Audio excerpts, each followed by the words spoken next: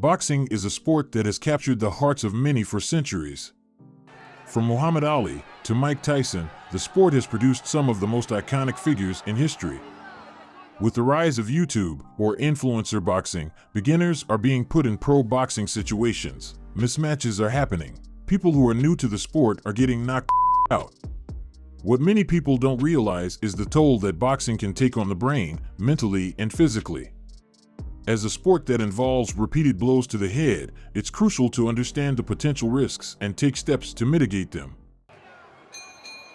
When a person gets knocked out, it's a result of a traumatic brain injury. This occurs when a blow to the head causes the brain to move rapidly inside the skull. The brain is surrounded by cerebrospinal fluid, which acts as a cushion to protect the brain from impact. However, a hard enough hit can cause the brain to collide with the skull, leading to damage of the brain cells and connections. This is called a concussion. During a knockout, the brain is deprived of oxygen and glucose, which are critical for regular brain function.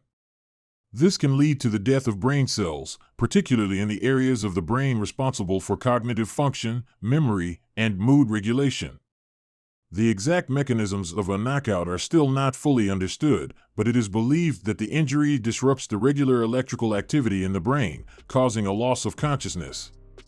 The disruption of electrical activity can also lead to a release of neurotransmitters, which can cause inflammation and further damage to the brain. The duration of a knockout can vary, but it usually lasts for a few minutes. However, the effects of a knockout can last for a much longer period, with some people experiencing symptoms such as confusion, memory loss, and headaches for days or even weeks after the injury. It's important to note that not all knockouts are the same, and the severity of injury can vary. A knockdown, which is when a boxer is knocked down but not out, is less severe than a knockout. But even a knockdown can cause a traumatic brain injury and increase the risk of long-term effects. One of the most severe physical dangers of boxing is chronic traumatic encephalopathy, or CTE. What is CTE? CTE is a degenerative brain disease that is caused by repeated head trauma. It is characterized by the buildup of abnormal proteins called tau in the brain, which can lead to the death of brain cells. The symptoms of CTE can include memory loss, confusion, impaired judgment, impulse control problems, aggression, depression, and eventually progressive dementia. The onset of these symptoms can occur years or even decades after the last injury. Boxers who have been knocked out multiple times are at an even higher risk of developing CTE. A study of retired professional boxers found that those who had been knocked out more than once were more likely to have cognitive and behavioral symptoms consistent with CTE. The temple is vulnerable to punches in boxing because it has a thin layer of skull and a large amount of brain tissue in that area. The skull in the temple area is relatively thin, which means that the brain is closer to the surface and more exposed to impact. A hit to the temple can cause a concussion or a skull fracture, leading to damage of these functions. Additionally, the temporal lobes are rich in blood vessels, which can bleed when hit, leading to a condition called a subdural hematoma. This potentially life-threatening condition occurs when blood pools between the brain and the skull. A subdural hematoma can lead to increased brain pressure and cause brain damage or death if not treated promptly. Another vulnerable area is the back of the head, where the brainstem is located. In boxing, getting hit in the back of the head is dangerous because that area contains the brainstem. The brainstem controls functions such as breathing, heart rate, and blood pressure. A blow to this area can lead to severe injury or even death. Additionally, a hit to the back of the head can cause a condition called vertebral artery dissection, which is a tear in one of the major blood vessels that supply blood to the brain. This can lead to stroke or other serious complications.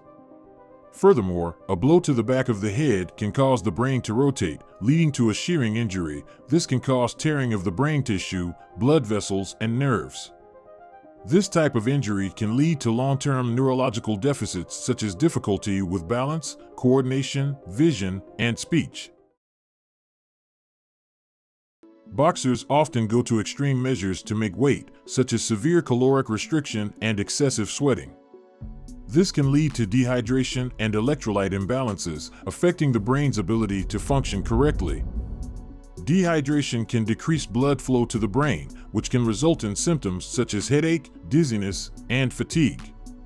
Electrolyte imbalances, such as low potassium levels, can also affect the brain's ability to function properly. In addition, the constant pressure to make weight can lead to mental health problems such as depression and anxiety. Cutting weight can also lead to muscle loss and weakness, making the boxer more vulnerable to injury.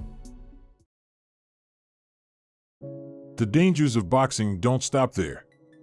The sport can also lead to a number of psychological problems, such as depression, anxiety, and post-traumatic stress disorder. Boxers may also experience a loss of motivation, a lack of interest in daily activities, and difficulty in forming and maintaining relationships. The constant pressure to perform and win can also lead to a great deal of stress, which can further contribute to mental health problems.